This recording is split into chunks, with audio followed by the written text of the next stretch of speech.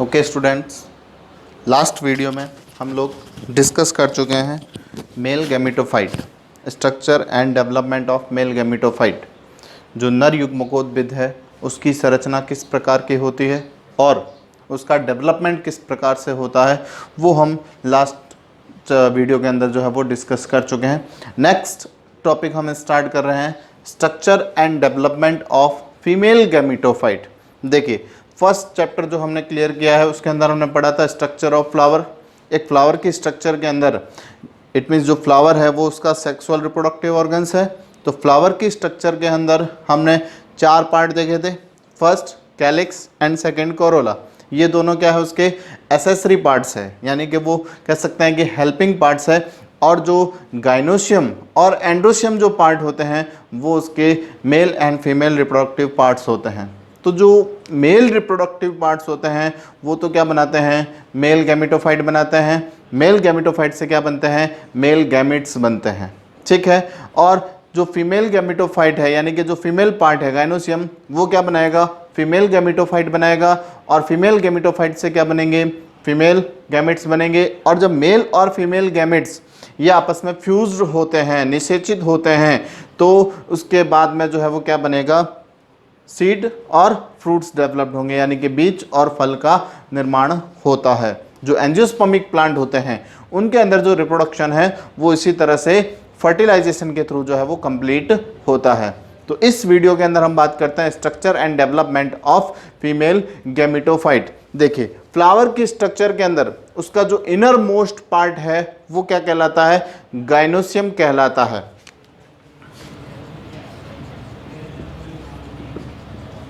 यानी कि जिसे हमने क्या कहा था, जायांग कहा था, या इसे हम स्त्री केसर भी कह सकते हैं,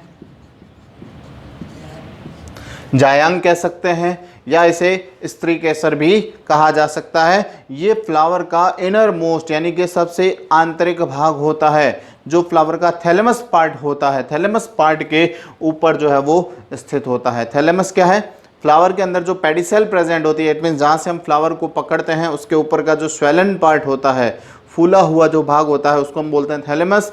और थैलेमस के ऊपर होता है गाइनोशियम, ठीक है। गाइनोशियम क्या है, ये बहुत सारी यूनिट से मिलकर के बना होता है। और इसकी जो प्रत्येक यूनिट होती है, प्रत्येक इकाई जो होती है, उसको हम क्या कहते हैं, कार्पल्स यानी कि अंडप कहा जाता है,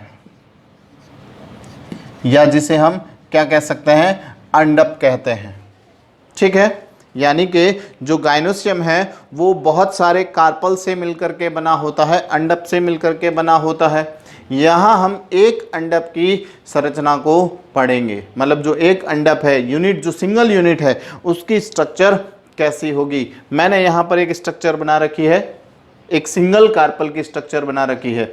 तो जो कार्पल होता है, अंडप जो होता है, उसके मोस्टली 3 पार्ट्स होते हैं, ठीक है। कौन कौन से पार्ट होते हैं वो हम यहाँ पर डिस्कस करते हैं। उससे पहले मैंने यहाँ पर 2 वर्ड्स लिखे हैं, ठीक है। 2 वर्ड्स कौन कौन से हैं, फर्स्ट है सिनकार्पस एंड सेकंड है एपोकार्पस, यानी कि इसे कहेंगे आप संयुक्तांडपी और इसे कहेंगे वियुक्तांडपी। पहले इन दोनों वर्ड्स को समझ लेते हैं कि क्या है सिनकार्पस एंड एपोकार्पस। देखिए, अभी हमने बात की गाइनोशियम, ये बहुत सारी यूनिट से मिलकर के बना होता है और इसकी यूनिट को क्या कहते हैं, कार्पल, ठीक है। अब अगर किसी फ्लावर के अंदर मोर देन 1 कार्पल्स प्रेजेंट है, मतलब एक से ज्यादा अंडप उपस्थित है और वो सारे अंडप आपस में क्या है, जुड़े हुए हैं, एक साथ अटैच है, तो ऐसी कंडीशन को हम क्या कहते हैं, सिनकार्पस कंडीशन कहते हैं। यानी कि फ्लावर के अंदर मोर देन 1 कार्पल्स प्रेजेंट है और वे सारे आपस में अटैच है, जुड़े हुए हैं, तो उसको तो हम कहेंगे सिनकार्पस कंडीशन। और मोर देन 1 कार्पल्स प्रेजेंट हो और सारे सेपरेट हो, अलग अलग हो, तो ऐसी कंडीशन को क्या कहा जाता है, एपोकार्पस या वियुक्तांडपी कहा जाता है। क्लियर हो गया होगा। अगर सारे कार्पल्स एक साथ जुड़े हुए हैं तो वो सिनकार्पस है, और अगर सारे कार्पल्स अलग अलग है तो उसे एपोकार्पस कहा जाता है। तो ये इसके 2 वर्ड्स होंगे। नेक्स्ट हम बात करते हैं इसकी स्ट्रक्चर के कौन कौन से पार्ट है, यानी कि जो गाइनोसियम है या जो कार्पल्स है, इसकी स्ट्रक्चर के अंदर मोस्टली 3 पार्ट्स प्रेजेंट होते हैं। फर्स्ट ओवेरी या अंडाशय, सेकंड स्टाइल या वर्तिका, एंड थर्ड स्टिग्मा या वर्तिकाग्र। ठीक है, ये 3 मेजर पार्ट्स होंगे। फर्स्ट हम डिस्कस कर रहे हैं ओवेरी। व्हाट इज ओवेरी या अंडाशय जो है वो क्या है। आप देखेंगे जो ये फीमेल रिप्रोडक्टिव पार्ट है, इसकी जो सिंगल यूनिट है कार्पल्स, इसके अंदर आपको एक स्वेलन स्ट्रक्चर, एक फूली हुई संरचना दिखाई देती है। ये जो फूली हुई संरचना है, जो कह सकते हैं इसका फूला हुआ भाग है, ये क्या कहलाता है, ये कहलाता है अंडाशय, ओवेरी। ठीक है, इस अंडाशय के अंदर क्या होते हैं, ओव्यूल्स प्रेजेंट होते हैं। देखिए इसके सेंटर पार्ट के अंदर, इस ओव्यूल की स्ट्रक्चर को हम बाद में अलग से डिस्कस करेंगे। ये जो आप इसका सेंटर पार्ट देख रहे हैं, इस फूली हुई संरचना के बीच में सेंटर में आपको एक स्ट्रक्चर दिखाई देगी जिससे हम क्या कहते हैं, ओव्यूल्स। ये ओव्यूल्स एक से ज़्यादा भी हो सकते हैं, सिंगल भी हो सकता है, एक से ज़्यादा भी हो सकते हैं। तो इसके बीच में होता है ओव्यूल। आफ्टर फर्टिलाइजेशन, जैसे ही निषेचन कंप्लीट हो जाता है, निषेचन हो जाता है, उसके बाद में ये जो ओवेरी पार्ट है, ये ओवेरी पार्ट क्या होगा, किसमें कन्वर्ट हो जाएगा, फ्रूट के अंदर कन्वर्ट हो जाता है। इट मीन्स जैसे ही फर्टिलाइजेशन कंप्लीट हो जाएगा, फ्लावर के जो एसेसरी पार्ट्स है, लाइक एज बात करें कि कैलिक्स, कोरोला और स्टमन्स या जो एंड्रोसियम है, ये सारे पार्ट्स क्या हो जाएंगे, हट जाएंगे, यानी कि खत्म हो जाएंगे, फ्लावर से निकल करके गिर जाएंगे। ठीक है, बचेगा क्या, ओवेरी पार्ट या जो गाइनोसियम है, इसका जो ओवेरी पार्ट है, ये क्या होगा, ये फ्रूट के अंदर कन्वर्ट हो जाएगा। और ये जो ओव्यूल्स है, ये क्या बना लेगा, सीड बना लेगा, बीज के अंदर परिवर्तित हो जाता है। और ओवेरी जो है वो किस में बदल जाता है, फ्रूट के अंदर। ठीक है, फल के अंदर परिवर्तित हो जाता है। तो देखिए अंडाशय के अंदर क्या है, बीजांड है। ठीक है, तो बीज कहाँ बनेगा, फ्रूट के अंदर बनेगा, यानी कि अंडाशय के अंदर बनेगा। जो हम फल खाते हैं वो क्या है, वो अंडाशय वाला भाग होता है, ओवेरी पार्ट होता है। ठीक है, और जिन फ्रूट्स का डेवलपमेंट ओवेरी से होता है, ऐसे फ्रूट्स को हम क्या कहते हैं, ट्रू फ्रूट्स, यानी कि वास्तविक फल कहा जाता है। जिन फलों का निर्माण किसके द्वारा होता है, अंडाशय के द्वारा होता है, ऐसे फलों को वास्तविक फल कहा जाता है। और उस फल के अंदर जो है वो बीज उपस्थित होते हैं। तो ये तो होगा इसका first part, ovary. Second part आता है इसके अंदर स्टाइल। ओवेरी से ऊपर आप देखेंगे आपको एक फनल शेप स्ट्रक्चर या एक कह सकते हैं ट्यूब लाइक स्ट्रक्चर जो है वो आपको दिखाई देगी, जिसे हम क्या कहते हैं, स्टाइल कहते हैं, वर्तिका कहा जाता है। अब इसका काम क्या है, जो पॉलन ट्यूब बनेगी, यानी कि जो पॉलन ग्रेन यहाँ पर पहुंचेंगे, पॉलन ग्रेन जो स्टिग्मा पार्ट है, यहाँ पॉलन ग्रेन्स जो है वो पहुंचेंगे, तो उन पॉलन ग्रेन के जर्मिनेशन से पॉलन ट्यूब बनती है। और वो पॉलन ट्यूब स्टाइल से होते हुए कहाँ पहुंचती है, ओवेरी तक पहुंचती है, या जो है वो ओव्यूल्स है वहां तक पहुंचती है। तो वर्तिका का काम क्या हो जाएगा, जो ओव्यूल्स है, सॉरी जो पॉलन ट्यूब है, उस पॉलन ट्यूब को जो है वो ओव्यूल्स तक पहुंचने के लिए क्या करती है, एक पैसेज या एक रास्ता प्रदान करती है। ठीक है, उसके बाद में है थर्ड पार्ट स्टिग्मा या वर्तिकाग्र। जो स्टिग्मा पार्ट होता है, वर्तिकाग्र का जो भाग होता है, वो स्टाइल के ऊपर, यानी कि जो टॉप मोस्ट पार्ट होता है, एपेक्स पार्ट जो होता है, वो कहलाएगा इसका स्टिग्मा। गाइनोसियम का जो एपेक्स पार्ट है उसको कहते हैं स्टिग्मा। और इसकी स्ट्रक्चर जो है वो स्वेलन स्ट्रक्चर होती है, पैड लाइक स्ट्रक्चर, ऊपर से फूली हुई संरचना होती है। और ये पॉलन ग्रेन्स को एडेप्ट करने के लिए, धारण करने के लिए जो है वो क्या होती है, अनुकूलित होती है। जो परागकण होते हैं वो इसकी सतह पर आकर के क्या हो जाते हैं, चिपक जाते हैं। मतलब इसकी सतह के ऊपर कुछ ऐसे कह सकते हैं कि सब्सटेंस प्रेजेंट होते हैं जो पॉलन ग्रेन्स को उसके सरफेस के ऊपर जो है वो आने के लिए या उसको धारण करने के लिए तैयार करते हैं। तो ये जो पूरी स्ट्रक्चर है, ये स्ट्रक्चर क्या कहलाती है, ये कहलाती है आपके गाइनोसियम, या इसे कह सकते हैं सिंगल कार्पल स्ट्रक्चर। ये सिंगल कार्पल स्ट्रक्चर कहलाती है। इसे पिस्टल भी कहा जाता है, स्त्री केसर या पिस्टल भी कहा जाता है। ठीक है, मैंने आपको एक वर्ड बताया था, पॉलन पिस्टल इंटरेक्शन, यानी कि पुमंग स्त्री केसर अंतरक्रिया। जो पॉलन ग्रेन्स होते हैं उसकी जो आउटर लेयर होती है, जो एक्साइन लेयर होती है, उस एक्साइन लेयर की जो रिजिड होती है या जो ग्रुप्स होती है, उसके अंदर एक प्रोटीन प्रेजेंट होती है। वो प्रोटीन क्या करता है, पॉलन पिस्टल इंटरेक्शन का काम करता है, यानी कि पराग स्त्री केसर की क्रिया का काम करता है, यानी कि अपने फेवरेबल पिस्टल को, यानी कि जो स्त्री केसर है या जो कार्पल है उसको पहचानने का काम करता है कौन, प्रोटीन, जो उसकी एक्साइन लेयर के अंदर प्रेजेंट होती है। तो ये जो स्ट्रक्चर हो गई वो तो हो गई किसकी स्ट्रक्चर, गाइनोसियम की स्ट्रक्चर, या जो जायांग होता है उसकी संरचना हो गई। अब हम बात करते हैं इसके अंदर जो ये स्ट्रक्चर है जिसे हम क्या कहते हैं, ओव्यूल, इसकी स्ट्रक्चर कैसी है, तो वो हम देखते हैं इसके अंदर।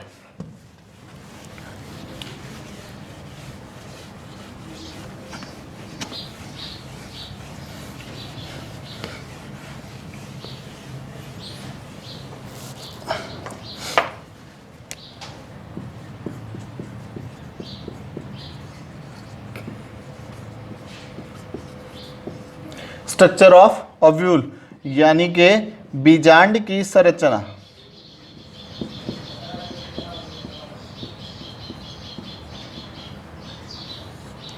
अंडाशय के अंदर जो आपको अभी मैंने बीच में एक सेंटर पार्ट के अंदर स्ट्रक्चर बताई थी, उस स्ट्रक्चर को हम क्या कहते हैं, ओव्यूल। अब इस ओव्यूल की स्ट्रक्चर कैसी है वो हम यहाँ पर एक डायग्राम देख रहे हैं। अब ओव्यूल्स के भी बहुत सारे टाइप्स हैं, 6 टाइप्स के ओव्यूल्स होते हैं, वो हम नेक्स्ट अभी कंटिन्यू बात करेंगे। इसके अंदर मैंने यहाँ पर एक एग्जांपल लिया है एनाट्रोपस ओव्यूल्स, यानी कि प्रतीप बीजांड, इसे हम प्रतीप बीजांड कहते हैं। प्रतीप बीजांड कहा जाता है। इसकी संरचना मैंने यहाँ पर जो है वो बना रखी है 2018 बोर्ड एग्जाम, 2019 बोर्ड एग्जाम के अंदर 1 मार्क्स का ये क्वेश्चन आ चुका है, draw the structure of anatropous ovules, यानी कि प्रतीप बीजांड की संरचना का चित्र बनाइए। लेबल डायग्राम बनाना था आपको इस तरह का, 1 मार्क्स का एक क्वेश्चन जो है वो इस डायग्राम का आ चुका है। ठीक है, तो हम देखते हैं इसकी स्ट्रक्चर क्या होती है। जो ओव्यूल है उस ओव्यूल की स्ट्रक्चर क्या होगी, इस ओव्यूल के अंदर कौन कौन से पार्ट होते हैं, तो उस पार्ट के बारे में हम स्ट्रक्चर करते हैं। सबसे पहले हम इनर टू आउटर जो है वो इसके स्ट्रक्चर की बात करते हैं। सबसे पहले आपके इसके सेंटर पार्ट के अंदर आपको स्ट्रक्चर दिखाई दे रही है, जो ये ब्लैक कलर से मैंने डायग्राम बना रखा है। इसका जो सेंटर पार्ट है इसे क्या कहा जाता है, न्यूसेलस, यानी कि इसे कहा जाता है बीजांड काय। यानी कि जो ओव्यूल होता है, जो कह सकते हैं बीजांड होता है, उस बीजांड के बाहर एक ऐसी स्ट्रक्चर प्रेजेंट होती है जिसकी सारी सेल्स जो है वो कैसी होती है, पैरेनकाइमेटस सेल्स होती है, यानी कि मृदुतकीय कोशिकाओं का एक समूह होता है। ये देखिए आपको इसको बहुत सारी जो है वो कोशिकाएं दिखाई दे रही है। जो रेड कलर का पार्ट दिखाई दे रहा है आपको सेंटर में, वो तो होगा क्या, ओव्यूल या एम्ब्रियोसेक कहेंगे जिसे। इस पूरे को हम ओव्यूल कह सकते हैं, दोनों स्ट्रक्चर को मिला करके बीच में एम्ब्रियोसेक प्रेजेंट होगा। इस एम्ब्रियोसेक के आउटर के अंदर आपको एक सेल्स का ग्रुप दिखाई देगा, बहुत सारी कोशिकाओं के समूह दिखाई दे रहे हैं, जिसे क्या कहा जाता है, न्यूसेलस या बीजांड काय कहा जाता है। और ये बना होता है पैरेनकाइमेटस सेल्स का। और आपको पैरेनकाइमेटस सेल्स का फंक्शंस पता होगा, ये जो है वो फूड स्टोरेज और नरिशमेंट का काम करती है, पोषण प्रदान करने का काम करती है, भोजन को संग्रहित करती है और भोजन उपलब्ध करवाने का काम करती है। जो न्यूसेलस, जो कह सकते हैं कि एम्ब्रियोसेक बनेगा, उसके अंदर जो एम्ब्रियो डेवलप होगा, उस एम्ब्रियो को जो है वो नरिशमेंट करने का भी काम करती है। ठीक है, इस बीजांड का या न्यूसेलस, इसके आउटर के अंदर आपको 2 लेयर्स दिखाई दे रही है। जो रेड कलर है, ये देखिए, ये तो हो गया न्यूसेलस पार्ट। ठीक है, न्यूसेलस के आउटर में आपको रेड कलर के 2 लेयर्स दिखाई दे रहे हैं, इन्हें कहा जाता है इंटेग्यूमेंट्स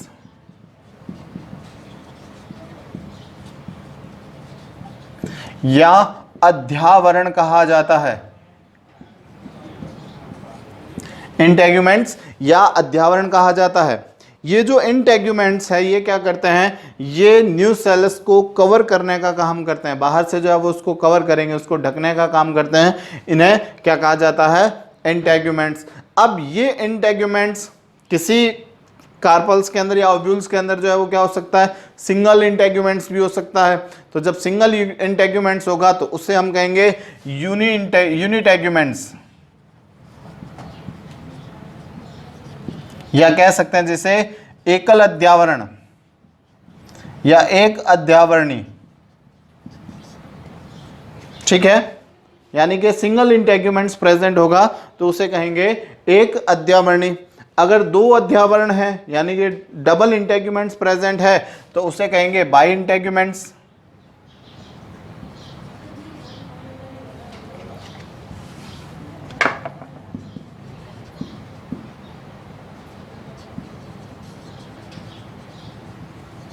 द्विअध्यावरणी,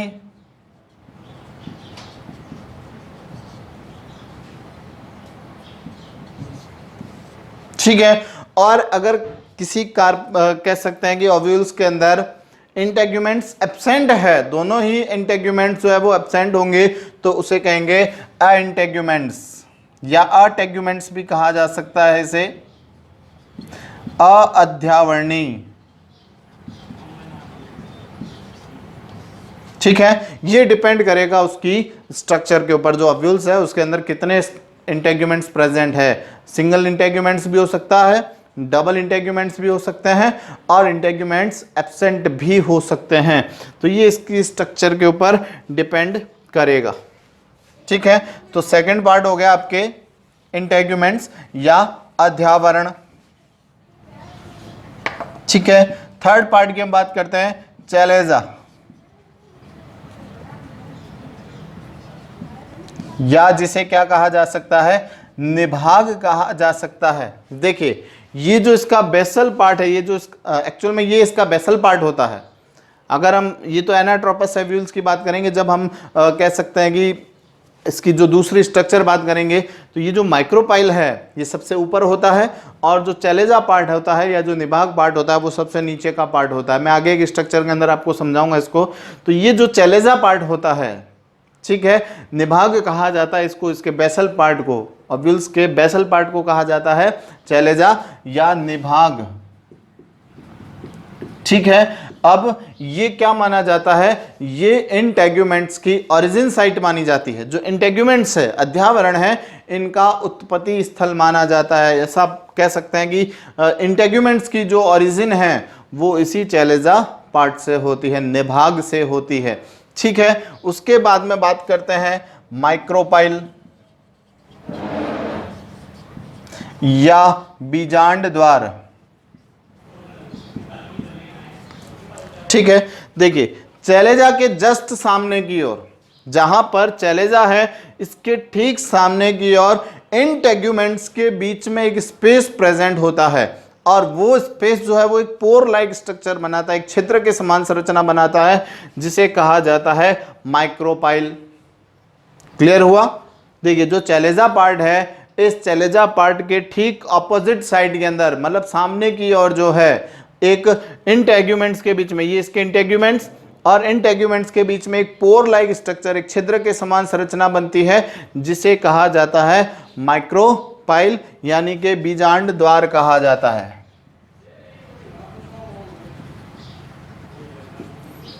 ये इसका बीजांड द्वार कहलाएगा, ठीक है। इसके बाद में हम एक स्ट्रक्चर की बात करते हैं, फ्यूनिकल या बीजांड व्रंत। फ्यूनिकल या बीजांड व्रंत, ये जो पूरा आपको बीजांड दिखाई दे रहा है ओव्यूल, एक कह सकते हैं कि एक पतली या कह सकते हैं कि एक धागे समान संरचना से जुड़ा रहता है, ठीक है, जो कि क्या होती है, थैलेमस के साथ में जुड़ी रहती है, या जो कह सकते हैं थैलेमस पार्ट होता है फ्लावर का, उसके साथ में जुड़ी रहती है। इसे कहा जाता है फ्यूनिकल, यानी कि एक पतली और कह सकते हैं कि सॉफ्ट स्ट्रक्चर होती है जिसे फ्यूनिकल कहा जाता है। और ये ओव्यूल्स को क्या करती है, कैरी करने का काम करती है, जो बीजांड है उसको धारण करने का काम करती है फ्यूनिकल। ठीक है। अब देखिए ये फ्यूनिकल और जो ओव्यूल है, जहां पर ये दोनों आपस में क्या होते हैं, अटैच होते हैं, उस साइड को क्या कहा जाता है, उसे कहते हैं हाइलम। ठीक है, देखिए ये है ओव्यूल पार्ट पूरा, और ये स्ट्रक्चर आपको अलग से दिखाई नहीं देगी, इसको हम इस तरह से अलग से थोड़ा सा दिखाना चाहें,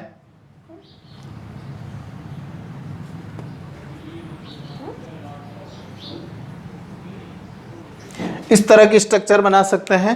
तो ये अलग से जो संरचना बन रही है जहां पर फ्यूनिकल और ओव्यूल्स आपस में अटैच होते हैं, इस पार्ट को क्या कहते हैं, हाइलम,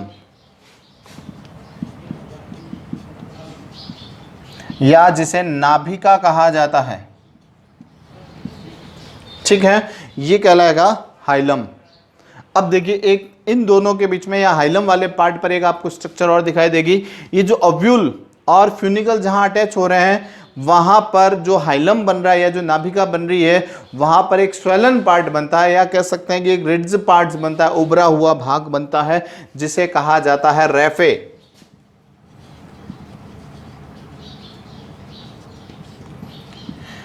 या जिसे रेफी कहा जाता है। ठीक है, देखिए हाइलम और रेफी में ज्यादा डिफरेंस पता नहीं चलेगा। जहां हाइलम होती है वहां पर एक रिड्ज पार्ट जो है वो बनता है, उभरा हुआ भाग बनता है, मोटा, या कह सकते हैं कि स्वेलन पार्ट बनता है, जिसे रेफे कहा जाता है। ठीक है, इसके बाद में आप देखेंगे एम्ब्रियोसेक।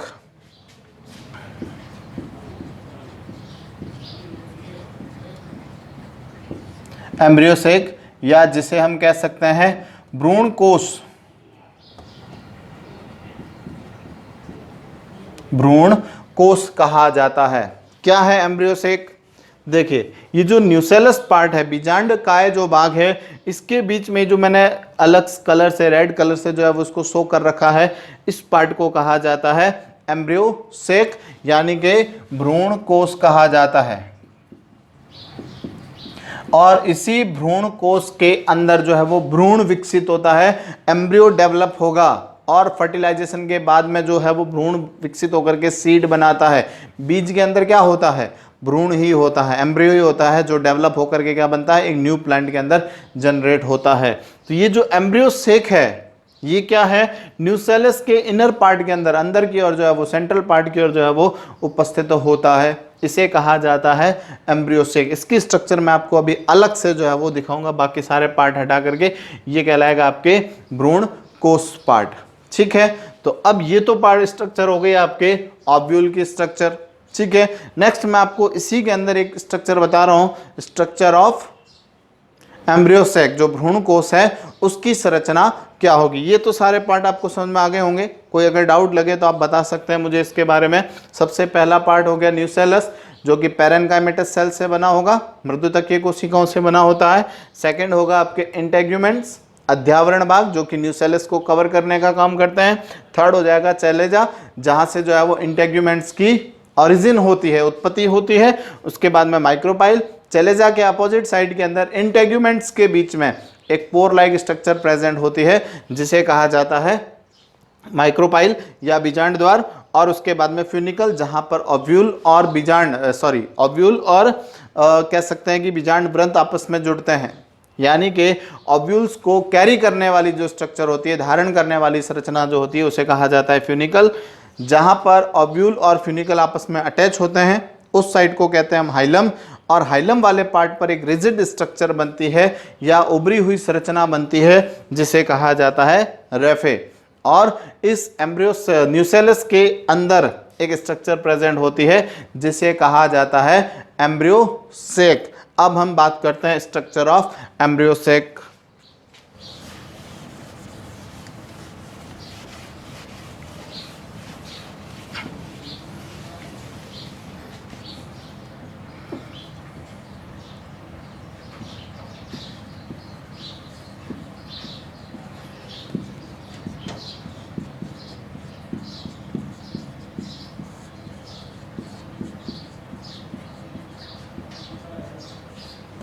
भ्रूण कोश की संरचना। देखिए ये जो एम्ब्रियोसेक होता है, इस एम्ब्रियोसेक की जो स्ट्रक्चर होती है वो कैसी होती है, 7 सेल्स एंड 8 न्यूक्लियाई। 7 सेल्स और 8 न्यूक्लियस स्ट्रक्चर होती है, यानी कि इसकी संरचना के अंदर इसे या इसकी जो संरचना होती है उसे कहते हैं 7 कोशिकीय व 8 केंद्रकीय संरचना।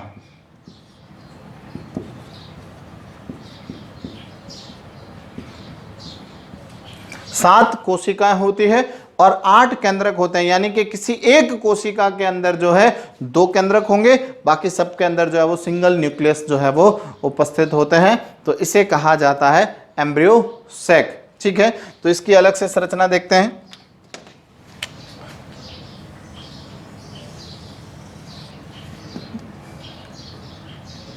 देखिए ये जो स्ट्रक्चर बनी हुई है एम्ब्रियो सैक, ये वाली बीच में, इसे हम कहते हैं 7 सेल्स 8 न्यूक्लियर स्ट्रक्चर, यानी कि 7 कोशिकीय व 8 केंद्र की संरचना।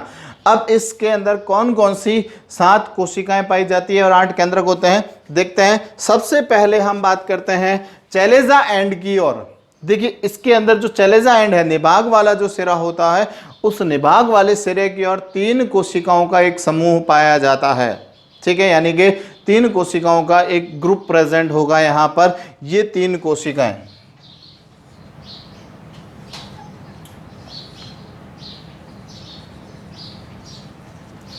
ठीक है, ये 3 कोशिकाएं पाई जाती कौन से भाग की ओर, चैलेजा एंड की ओर। जो निभाग सिरा होता है उस निभाग सिरे की ओर 3 कोशिकाओं का एक समूह पाया जाता है। इन्हें कहा जाता है एंटीपोडल सेल, यानी कि प्रतिमुखी कोशिकाएं।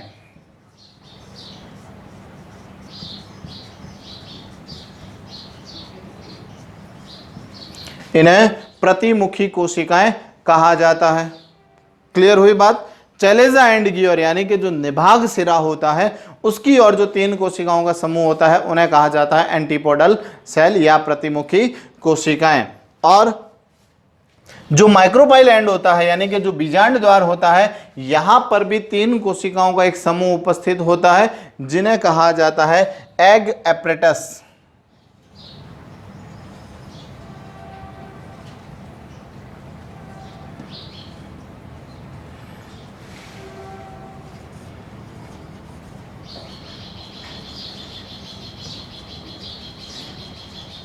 या अंड समुच्चय। एग एपरेटस या अंड समुच्चय कहा जाता है। तो कितनी 6 कोशिकाएं हो गई, 6 कोशिकाएं हो गई। 3 चैलेजा एंड की ओर और 3 माइक्रोपाइल एंड की ओर, तो कुल 7 कोशिकाएं हो गई। सबके अंदर एक एक न्यूक्लियस भी प्रेजेंट है, आपको एक एक न्यूक्लियस भी जो है वो सबके अंदर दिखाई देगा। तो इन्हें क्या कहेंगे, ये तो हो गई आपके 6 सेल्स ग्रुप। ठीक है, और 6 न्यूक्लियस भी प्रेजेंट हो गए। अब इनके सेंटर में, दोनों के बीच में एक सेल प्रेजेंट होती है जिसे कहा जाता है सेंट्रल सेल।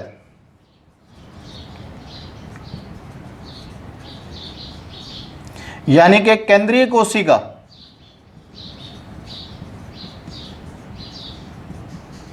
इसे ध्रुवीय कोशिका या पोलर सेल भी कहा जाता है। ध्रुवीय कोशिका भी कहा जाता है, दोनों एक ही है। ध्रुवीय कोशिका भी कह सकते हैं और सेंट्रल सेल यानी कि केंद्रीय कोशिका भी कहा जा सकता है।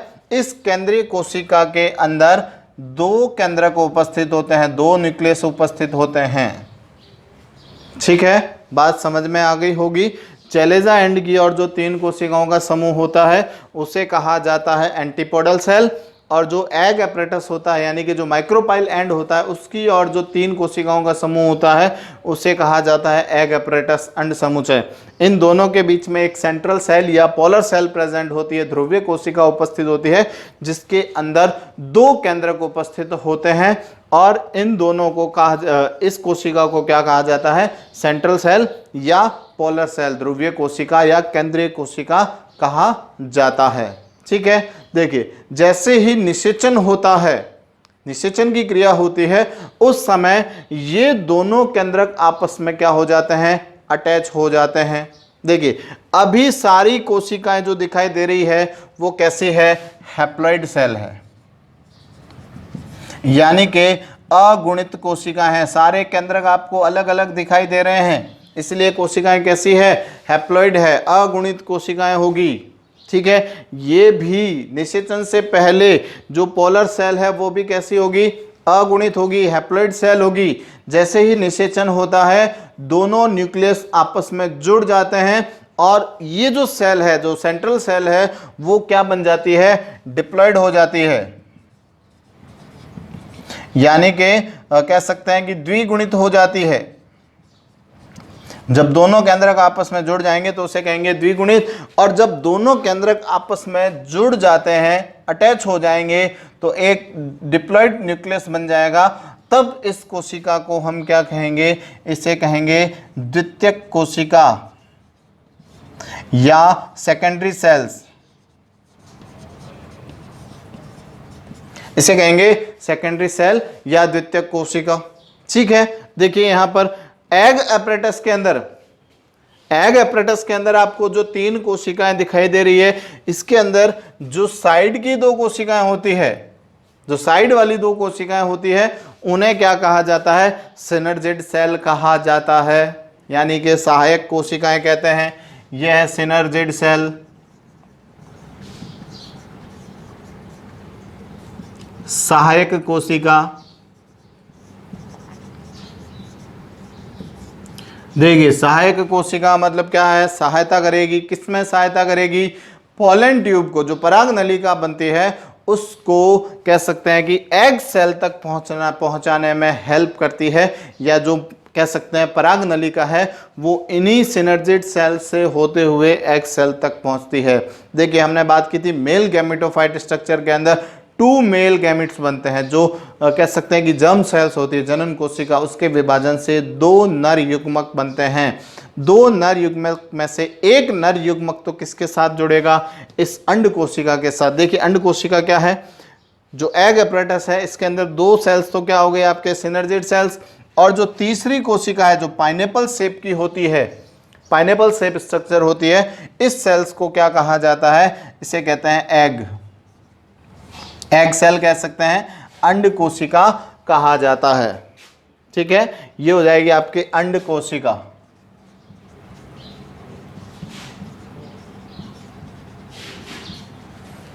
ठीक है, एग सेल हो जाएगी। जो 2 मेल गैमेट्स बने थे उनमें से जो एक मेल गैमेट्स होता है वो तो इस एग सेल के साथ में फर्टिलाइज होगा, तो इसे तो कहा जाता है फर्स्ट फर्टिलाइजेशन और रियल फर्टिलाइजेशन, वास्तविक निषेचन और प्रथम निषेचन कहा जाता है। और जो सेकंड मेल गैमेट होता है वो इस सेकेंडरी न्यूक्लियस के साथ में, या जो कह सकते हैं पोलर सेल्स होती है, इसके साथ में अटैच होता है, जिसे कहा जाता है सेकंड फर्टिलाइजेशन। फर्स्ट फर्टिलाइजेशन से तो क्या बनेगा, एम्ब्रियो बनेगा। ठीक है, एम्ब्रियो बन जाएगा, और जो सेंट्रल सेकेंडरी न्यूक्लियस होता है, जो सेकेंडरी सेल्स होती है, या कह सकते हैं जो सेकंड फर्टिलाइजेशन होता है, उस सेकंड फर्टिलाइजेशन से क्या बनेगा, एम्ब्रियो, या कह सकते हैं कि एम्ब्रियो के डेवलपमेंट के लिए, नरिशमेंट के लिए जो है वो एक न्यूट्रिशन जो है वो बनता है यहाँ पर। ठीक है, तो ये जो पूरी स्ट्रक्चर बनी है, ये पूरी स्ट्रक्चर किसकी है, structure and development of female gametophyte की स्ट्रक्चर, यानी कि नर मादा युग्मकोद्भिद की संरचना किस प्रकार की होती है, वो हमने आज इस वीडियो के अंदर देखा है। नेक्स्ट वीडियो के अंदर हम बात करेंगे टाइप्स ऑफ ओव्यूल, यानी कि ये जो ओव्यूल है इसके कौन कौन से टाइप्स है और कौन कौन से प्लांट के अंदर कौन कौन सा टाइप्स प्रेजेंट होता है, वो हम नेक्स्ट वीडियो के अंदर बात करते हैं। Okay, best of luck.